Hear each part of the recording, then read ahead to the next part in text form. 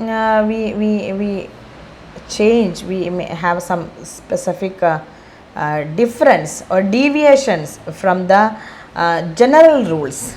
Okay, that this area is very important because usually PSC has a taste or has an interest to ask questions from this particular areas, that exceptional areas where people usually stick on to the basic general rules, and we have a different set of rule that we have to follow with respect to some specific cases.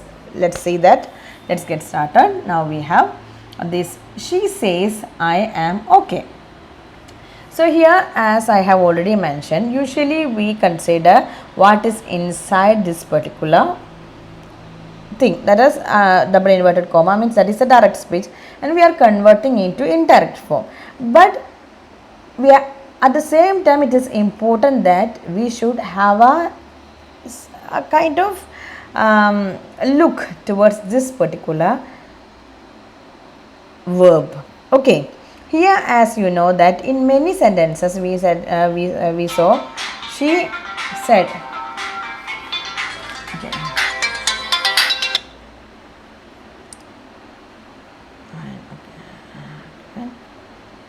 So now we have started exceptional cases. As you know that usually നമ്മൾ എങ്ങനെയാണ് ഇപ്പം I am okay, he said I am okay എന്ന് പറഞ്ഞു കഴിഞ്ഞാൽ നമ്മളതിനെ എങ്ങനെ നേരെ convert ചെയ്യേണ്ടത് ടെൻസിൻ്റെ ഷിഫ്റ്റ് പ്രകാരം he said that he was okay അങ്ങനെയാണല്ലോ. ഈ പ്രസൻറ്റ് നമ്മൾ പാസ്റ്റ് ആയിട്ടാണല്ലോ കൺവേർട്ട് ചെയ്യുന്നത്. But as we have here says is basically what is the tense that is used. It is not said, it is says എന്ന് കണ്ടു കഴിഞ്ഞാൽ പിന്നെ അവിടെ നമുക്ക് യാതൊരുവിധ ചേഞ്ചും നമ്മളെ ടെൻസിൽ ഉണ്ടാവാൻ പാടില്ല. Direct speech, when we convert from direct speech to indirect speech there shouldn't be any change. Okay, keep it in mind. അപ്പോൾ നമ്മളിങ്ങനെ എക്സാം ചെയ്യുന്ന സമയത്ത് we won't take this particular thing in consideration. നമ്മളതങ്ങ് സ്കിപ്പ് ചെയ്ത് പോവും, അറിയാതെ skip ചെയ്ത് പോവും. അപ്പോൾ അതുകൊണ്ട് നമ്മൾ എന്ത് ചെയ്യണം, at the same time when you fix your concentration on this particular thing, just give a slight important kind of look or kind of attention towards this particular thing, that is the specific verb that we used. Okay, അപ്പോൾ ആ ഒരു report ചെയ്യാൻ അതല്ലെങ്കിൽ അത് പറഞ്ഞു എന്ന് പറയുന്നതിൽ വരുന്നത് സേസ് ആണെന്നുണ്ടെങ്കിൽ then that she is okay, there is no change in there shouldn't be any change in the tense. അതുപോലെ തന്നെ നമുക്ക് ഇപ്പം നമ്മൾ വിൽ സേ ആണ് വന്നിട്ടുള്ളതെന്നുണ്ടെങ്കിലും അങ്ങനെ തന്നെയാണ്. ഇപ്പം എന്താണ് ഹാസോ ഹാവ് ആണോ ഇവിടെ വന്നിട്ടുള്ളതെന്നുണ്ടെങ്കിലും അപ്പോഴും നമ്മൾ എന്താണ് പറയേണ്ടത്, ഇപ്പോൾ ഹാസ് സെഡ് എന്നോ ഹാവ് സെഡ് എന്നോ വന്നാലും അങ്ങനെ തന്നെയാണ്. അതുപോലെ വിൽ സേ ഷാൾ സേ എന്ന് പറഞ്ഞാലും ഒക്കെ എന്താണ്, അപ്പോൾ ടെൻസ് മാറാൻ പാടില്ല. ഓക്കെ, ഇൻഡയറക്റ്റ് സ്പീച്ചിലേക്ക് കൺവേർട്ട് ചെയ്യുന്ന സമയത്ത് ഇപ്പം നമ്മുടെ ഇവിടെ വന്നിട്ടുള്ള ഒരു നമ്മൾ വന്നിട്ടുള്ള സ്പെഷ്യലായിട്ടുള്ള നമ്മളിപ്പം ഈ ഒരു സ്പീച്ച് പറയാൻ നമ്മൾ യൂസ് ചെയ്യുന്ന വേർബാണല്ലോ ഇത്. ഓക്കെ, അപ്പോൾ അതിൻ്റെ സ്വഭാവം ഇങ്ങനെ വിൽ സേ അല്ലെങ്കിൽ says, have said, has said, will shall say എന്നൊക്കെയാണ് വന്നിട്ടുണ്ടെന്നുണ്ടെങ്കിൽ there shouldn't be no change in tense. Okay, for example he has said to me I have a book.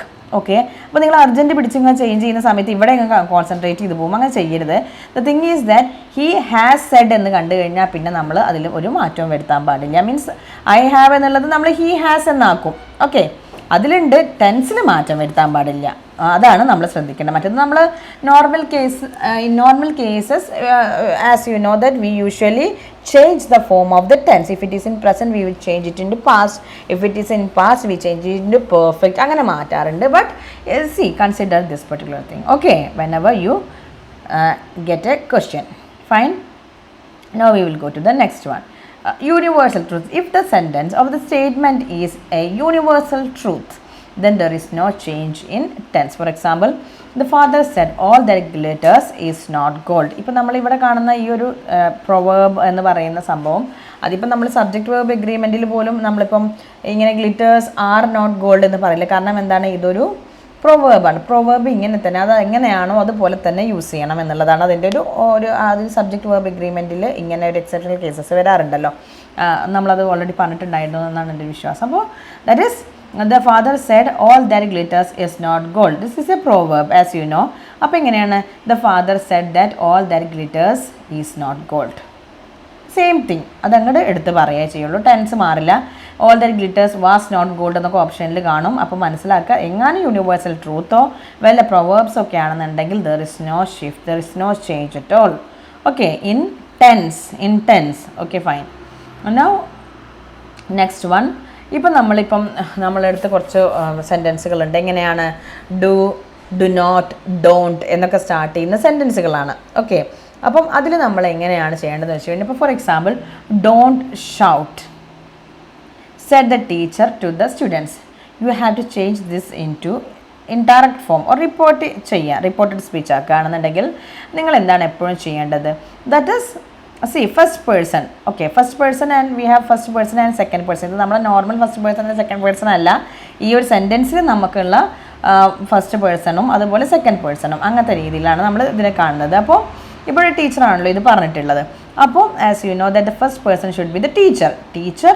പിന്നെ റിപ്പോർട്ടിംഗ് വേർബ് ഏതാണ് നമുക്ക് reporting വേർബായിട്ട് വേണ്ടത്? Means ഇപ്പം ഇവിടെ don't shout എന്ന് പറയുമ്പോൾ ടീച്ചർ ഓർഡർ ചെയ്തിട്ടുള്ളതാണ്. ചില സമയത്ത് നമ്മൾ റിക്വസ്റ്റ് ചെയ്യും, ഓക്കെ പ്ലീസ് കീപ് ക്വയറ്റ് എന്നൊക്കെ പറയുന്ന പോലെ നമ്മൾ ചെയ്യാറുണ്ട്. അപ്പോൾ ഇങ്ങനെയൊക്കെ സംഭവിക്കും. That is told, ordered, commanded, requested, advised, suggested, begged, want.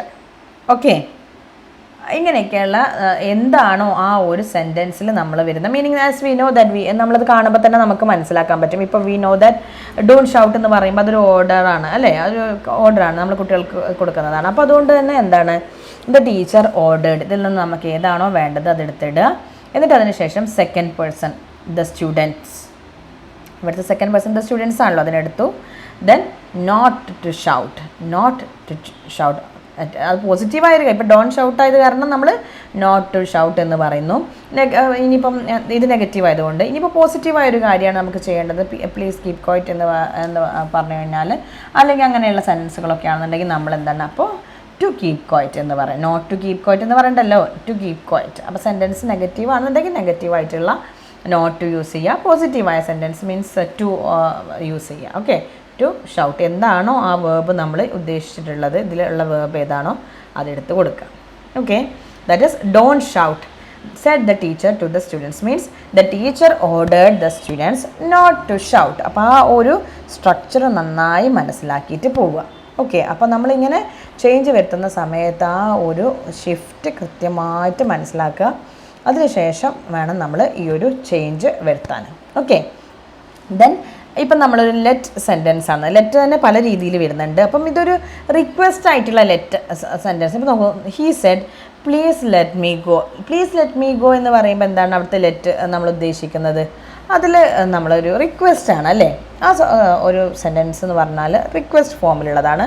അപ്പോൾ അങ്ങനെ ആകുമ്പോൾ നമ്മളെങ്ങനെയാണ് he requested dum.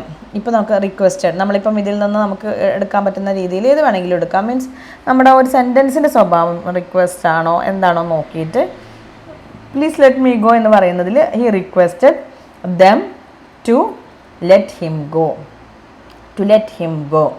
Okay, please let me go എന്നുള്ളത് എന്തായി? He requested them to let him go.